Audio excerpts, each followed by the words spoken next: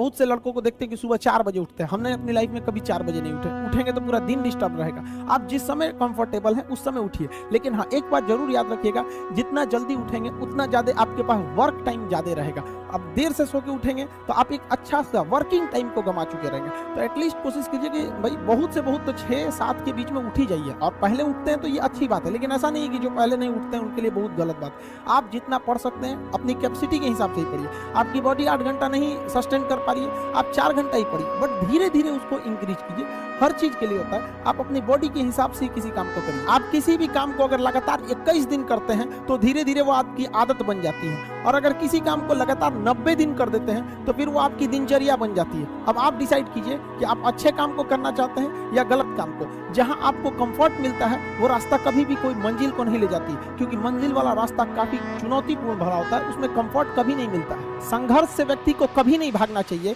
क्योंकि जीवन में जो कभी संघर्ष से परिचित नहीं हुआ, इतिहास गवाह है, वो कभी चर्चित नहीं हुआ। और जिंदगी हो या व्हाट्सएप, लोग हमेशा स्टेटस ही देखते हैं। जीवन में संघर्ष का आना बहुत जरूरी है, क्योंकि फूलों की हिफाजत कांटे ही करते हैं, माली तो बहुत बाद में आता है। और रिकॉर्ड वो तोड़ते हैं जिनके रगों में खून नहीं बल्कि लक्ष्य पाने के लिए जुनून दौड़ता हो। याद रखिएगा, जिस समय आपका किस्मत साथ न दे, समझ जाइएगा कि आपकी मेहनत आपका साथ देगी। किस्मत एक लिफ्ट की तरह होती है, कभी भी धोखा दे सकती है, लेकिन जो मेहनत होती है वो सीढ़ियों की तरह होती है। चढ़ने में तो थकान देगी, लेकिन कभी आपका साथ नहीं छोड़ेगी, आपको अपने मंजिल तक पहुंचाएगी। और बुलंदी पे चढ़ने के बाद आपको घमंड नहीं बल्कि एक सुकून मिलेगा कि मेहनत जरूर किए, लेकिन अपनी मंजिल तक जरूर पहुंचे। स्टूडेंट लाइफ की सबसे बड़ी खराबी किसी चीज को कल पे टाल देना। आज टीचर्स ने पढ़ाया, कल रिवाइज करेंगे, आज लिखे, कल इसको सॉल्व करेंगे।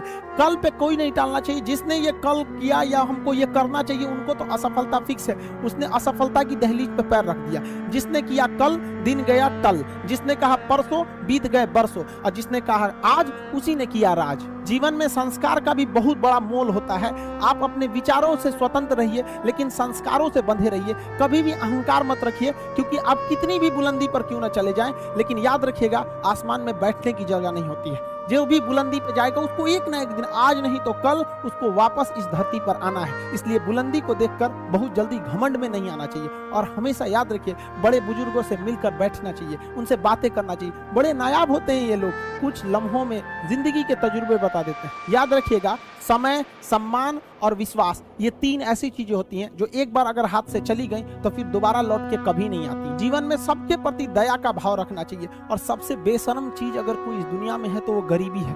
कमबख्त उम्र का भी ख्याल नहीं रखती है। और किसी के वक्त का मजाक मत उड़ाइएगा जनाब, ये वक्त है, सबके चेहरे याद रखता है। सबके प्रति दया और आदर की भावना रखिएगा। कभी जानवर मिले तो उनके लिए भी 2 रोटी निकाल लीजिएगा, क्योंकि जनाब इन्हें नहीं पता है कि खाने के लिए पैसे देने पड़ते हैं। हम सब टीचर्स डे मनाते हैं, मदर डे, फादर डे, कई सारे डे को मनाते हैं। काश एक रोटी डे होता कि कम से कम उस दिन तो देश के गरीबों को भरपेट खाना मिल सकता था। ये जिंदगी है, इसे सीखना बड़ा मुश्किल होता है, क्योंकि जब तक ये समझ में आती है ये आधी खत्म हो चुकी रहती है। इस जिंदगी में आप चाहेंगे कुछ, मिलेगा कुछ, बनना कुछ और रहेगा। बहुत ही ज्यादा अनसर्टेनिटी होती है इस जिंदगी में। हर कदम पर हमें कुछ ठोकरें लगती हैं और हमें कुछ ना कुछ सीखने को मिलता है। अगर बात करेंगे इस साल की, तो टीचर ऑफ द ईयर, इस बार टीचर ऑफ द ईयर कहेंगे तो कोविड-19 को कहेंगे, क्योंकि इसने बहुत अच्छों को सिखा दिया कि वो क्या थे।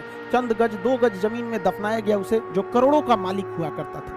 सबको समझ में आ गया कि पैसा धरा का धरा रह जाता है, इंसान कठपुतली है। इसलिए मिल बांट कर रहिए, जितनी जिंदगी है एक दूसरे से संपर्क में रहिए, एक दूसरे के दुख में सुख में भाग लीजिए। किसी के सुख में जाइए या ना जाइए, लेकिन दुख में जरूर साथ दीजिए, क्योंकि अपने वो नहीं होते हैं जो तस्वीर में साथ हों, अपने वो होते हैं जो तकलीफ में साथ देते हैं। इस बार इस कोरोना ने बहुत सारे लोगों को, अपनों को खोया। शायद ही कोई ऐसा गांव होगा जहां अपनों ने नहीं, अपने किसी अपनों को नहीं गंवाया हो।